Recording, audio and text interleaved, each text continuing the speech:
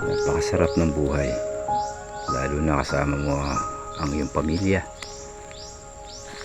Hindi man perpekto ang pamumuhay na nararanasan natin, ang mahalaga masaya tayo at magkakasama.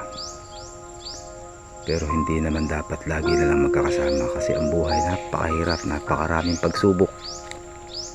Kaya kailangan magsakripisyo, kailangan kumawala sa tanika lang nakatali upang guminawa. Tulad nga sabi ng aking ama, ang ginhawa ay may kaakibat na hirap.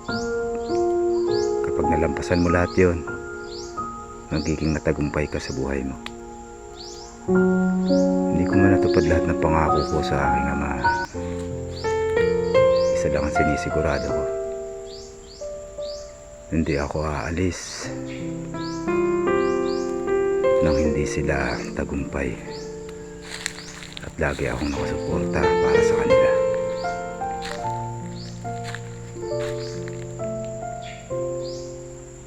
Maging masaya lang tayo kung ano yung ginagawa natin, makukuha rin natin ang tagumpay.